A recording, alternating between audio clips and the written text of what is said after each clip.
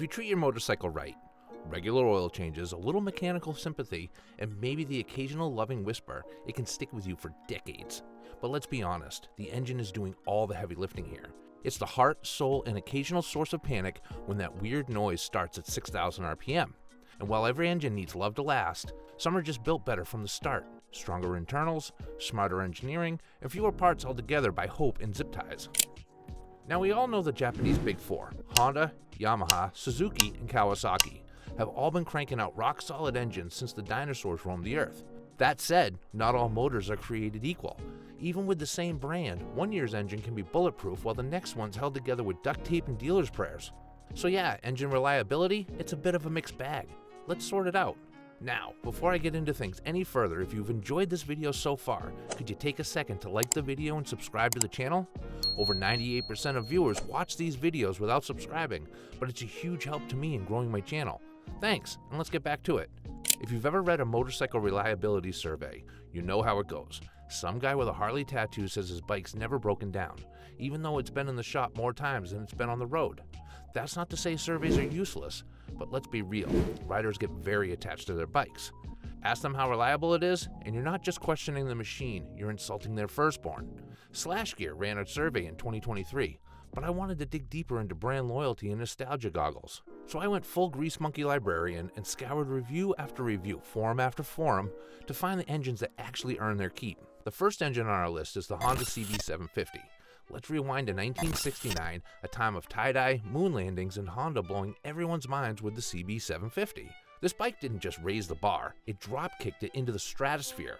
Dubbed the world's first superbike, the CB750 had a 4-cylinder engine that was so smooth, so dependable, it made British and American bikes of the time look like leaky lawnmowers. That engine didn't just power a bike, it sparked a legacy. People still talk about it like it was their first crush, and if you ever stumble across one in good condition, grab it, because collectors will sell their left boot for a clean CB750. So, what made the CB750 engine such a game changer? Well, picture this. The Triumph was gunning for a 750cc performance bike. Harley was still living off the fumes of its 66 horsepower shovelhead, and Honda said, hold my sake. They came out swinging with a 67 horsepower inline 4 that didn't just meet the mark, it redefined it. This wasn't some slapdash motor tossed together in a shed. Honda was dead serious about reliability. Every engine got the boot camp treatment. Run at 6,000 RPM for 200 hours straight, and if it survived that, it got redlined at 8,500 RPM for another 20 hours just for good measure. That's like running a marathon and then immediately doing a burnout competition. Once it passed, it was tuned to near perfection to smooth out any vibration. No rattling teeth, no mystery buzzes, just silky smooth power. And here's the thing, every single bike went through the same gauntlet before it left the factory. No shortcuts, no exceptions. That kind of attention to detail is why the CB750 didn't just earn fans, it earned a permanent spot in the Motorcycle Hall of Fame. Looks, performance, bulletproof reliability, it had the trifecta. Now, speaking of reliability royalty, let's talk about Yamaha. Yeah, Honda gets a lot of credit for being the gold standard, but back in 2015, Consumer Reports gave Yamaha the crown in their reliability survey over 4 years of ownership. Only 11% of Yamaha bikes had issues after 48 months, which, for motorcycles, is basically saintly. One of the big reasons for that stellar track record? The MT-07. This middleweight naked bike is affordable, punchy, easy to ride, and just about impossible to kill. The engine is a 689cc parallel twin that's torquey, smooth, and tough as nails. It's the kind of motor you can flog daily, ride across the country, and still trust to fire up after winter without so much as a battery tender. Now let's dig a little deeper into that MT-07 engine, because this thing got serious street cred. We're talking about a 689cc parallel twin with 8 valves, fuel injection, and a reputation so solid you could probably build a bridge on it. It's the kind of engine that keeps on going, whether you're dodging potholes or your morning commute or tearing through twisties on the weekend. Yamaha didn't just throw the thing together and hope for the best. This engine had been battle tested in every corner of the globe, from city streets to backcountry trails. And even when the Euro 5 emissions came in hot in 2021, Yamaha tweaked the bike to comply without messing with its mojo. And if you're wondering how long it'll last, try 75,000 miles and counting, as long as you don't treat it like a rental. Now, if we're talking MT-07s, we have to talk about its longtime sparring partner, the Suzuki SV650. This bike's been around the block more times than your neighbor's Labrador, and it's got the battle scars and the fan base to prove it. Under the tank, you'll find a 645cc V-twin engine that's been around in one form or another since the late 90s. And by now, Suzuki's got it dialed in like your granddad's favorite radio station. It's not flashy, it's not trying to impress anyone, it just works. Reliable as sunrise, easy to wrench on, and about as temperamental as a Labrador on Xanax. The V-twin layout gives it a different vibe compared to the MT-07's parallel twin. For starters, it's got a 90-degree cylinder setup, which means it's naturally balanced and doesn't shake itself to bits like some twins do. That balance reduces engine stress, which in plain English means the thing can go the distance. And I'm not talking 20,000 miles in a handshake, I'm talking well over 85,000 miles with just basic maintenance.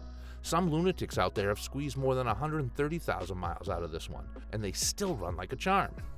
Power-wise, it's happiest living between 6,000 and 9,000 RPM, where it dishes out about 75 horses. And thanks to that V-twin engine braking, you can dive into corners without riding the brake like your aunt in rush hour traffic.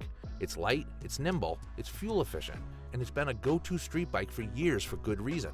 So if you want something that's fun, frugal, and will probably outlive your smartphone by about a decade, the SV650 should definitely be on your radar. Okay, up next is the Kawasaki Ninja 650 engine. Now, the Ninja 650 has been around since 2006, which in motorcycle years is basically ancient. And that's a good thing because Kawasaki's had nearly 2 decades to iron out the kinks in its 649cc parallel twin engine. This same motor shows up in the Versys 650 and the ER6F, too, proving that it's a bit of a Swiss Army knife, equally happy touring through twisties, dodging potholes downtown, or gobbling up highway miles. Unlike its racier siblings, the Ninja 650 comes with higher bars and a more upright seating position, so your wrist won't file a complaint after 15 minutes. It's sporty, but sensible like someone who wears a leather jacket and brings a reusable water bottle. As for the engine, well, Motorcycle News once called it bulletproof, and that's not just a catchy phrase. This motor is seriously tough. Owners report 100,000 miles and counting, and I wouldn't be surprised if one turns up on the moon one day, still taking over. You can rev it to the ceiling day in, day out, and it'll keep chugging along as you treat it right. And yeah, that means oil changes and valve checks, not just whispering sweet nothings into the airbox. So if you want something with a sporty badge but without the chiropractor visits, the Ninja 650 hits the sweet spot. Fun, frugal, dependable, and a ninja that won't ghost you after 20,000 miles. Alright, now let's shift gears, literally, and talk about the KTM 390 Duke. Now KTM's known for building orange missiles that tend to cost more than your average kidney, but the 390 Duke? That's the budget brawler. And don't let the price tag fool you, this little Duke punches way above its weight. At the heart of the 390 is a plucky single-cylinder engine. Yep, a thumper. Just one piston doing all the work like a caffeinated intern on deadline day. It's got twin overhead camshafts, which gives it a bit of high-tech cred, but the real magic here is in the balance KTM struck. Lightweight, simple, and just enough power to keep you grinning without constantly checking your mirrors for flashing lights. Now, single cylinders do have their quirks. The 390 vibrates a bit when you're wringing its neck on the motorway because that piston's going flat out like a cat in a bathtub. But for zipping through traffic, carving city corners, or blasting down back roads, it feels alive in a way that bigger bikes sometimes don't. Despite being built in India, the reliability has been rock solid. Forums are surprisingly quiet when it comes to engine complaints, and that's a good thing. KTM gave the bike a serious refresh in 2017 and again to meet Euro 5 emissions. But each time it came out stronger, faster, and somehow more eager to rev. Now let's rewind to the early 1980s. The first of many rough patches for Harley-Davidson, to put it mildly. Picture it, Japan was handing out free lessons in motorcycle reliability. Harley had just gone through a corporate shakeup, and things were looking bleak. Sales were tanking, and the reputation for oil leaks and rattling parts wasn't helping. Harley needed a miracle, and in 1984, they rolled one out of the factory. Enter the Harley-Davidson Evolution engine, or, as the faithful call it, the Evo. It was no ordinary V-twin. This was Harley throwing down the gauntlet saying, yeah, we can build a motor that doesn't leak like a pasta strainer. You'll find this gem tucked into bikes like the Sportster, Softail Custom, and the ever-iconic Fat Boy. And let me tell you, this engine didn't just make Harley relevant again, it quite literally saved the company's bacon. It was lighter, ran cooler, and more importantly, it didn't fall apart halfway through a road trip. See, before the Evo, Harley's warranty department probably needed a hotline. But once this engine hit the streets, things changed. owners started trusting their bikes. They rode them harder, longer, and with way fewer oil stains in their driveway. By 1991, the Evolution engine really hit its stride. That year marked the introduction of electronic fuel injection, swapping out the older carburetors that had a nasty habit of being a pain to maintain. The addition of hydraulic valve lifters helped make the Evo engines even more reliable. Fewer adjustments, less tinkering. Speaking of bikes that just keep going, let's take a look at a bike that's all about classic cool, the Triumph Bonneville. This bike's been around since the 1950s, and yet it still captures the heart of motorcycling enthusiasts everywhere. Let's focus on the engines that have powered the Bonneville since 2001.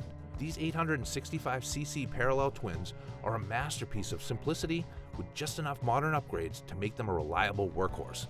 With a 360-degree crankshaft set up with twin balancer shafts, these engines are designed to keep things running smoother than a Sunday cruise. That means fewer vibrations, less wear and tear, and a lot more miles in the bank before you need to worry about major repairs. While the engine itself is a jewel, strong, reliable, and long-lasting, there are a few common issues that can sneak up on owners. Water damage is a major culprit, often wreaking havoc on the wiring harness if the bike isn't well protected from the elements. Corrosion is another enemy, and if you're not careful, it can start nibbling away at key components like the brakes, which can get pretty costly to fix. Up next is the Ducati Monster 821. While Ducati's reputation for reliability has often been in question, the Monster 821 engine certainly stands out as an exception in many respects. When it was released in 2014, it impressed not just with its stunning aesthetics, but also with its performance. The heart of this naked middleweight bike is an 821cc 8-valve V-twin engine, offering a perfect balance between power and dependability. One standout feature of the Monster 821's engine is its role as a stressed member of the chassis, which means it contributes to the structural integrity of the bike, effectively becoming part of the frame. This clever design choice adds to the bike's strength and handling, making it a more rigid, stable ride, while also simplifying the overall setup. The Testastretta 11-degree engine, which was derived from the hypermotored model, was a notable development in Ducati's engineering. The redesign of the cylinder heads in collaboration with Cosworth Engineering provided not only improved performance, but also better durability, which goes a long way in assuring owners that the Monster 821 engine is built to withstand the test of time. Perhaps the most impressive feature in terms of longevity is the recommended 18,000-mile valve clearance check interval. This is a solid indicator that Ducati's engineers intended the engine to go the distance. Of course, regular maintenance is key, and the cam belt should be replaced every 5 years, with essential services recommended at 9,000-mile intervals. Beyond the usual oil changes and filter replacements, these simple maintenance schedules contribute significantly to the engine's longevity, ensuring that the Monster 821 can continue to provide thrilling rides for years. The BMW R1200 GS engine is the epitome of BMW's commitment to building reliable, durable motorcycles, particularly for the adventure segment.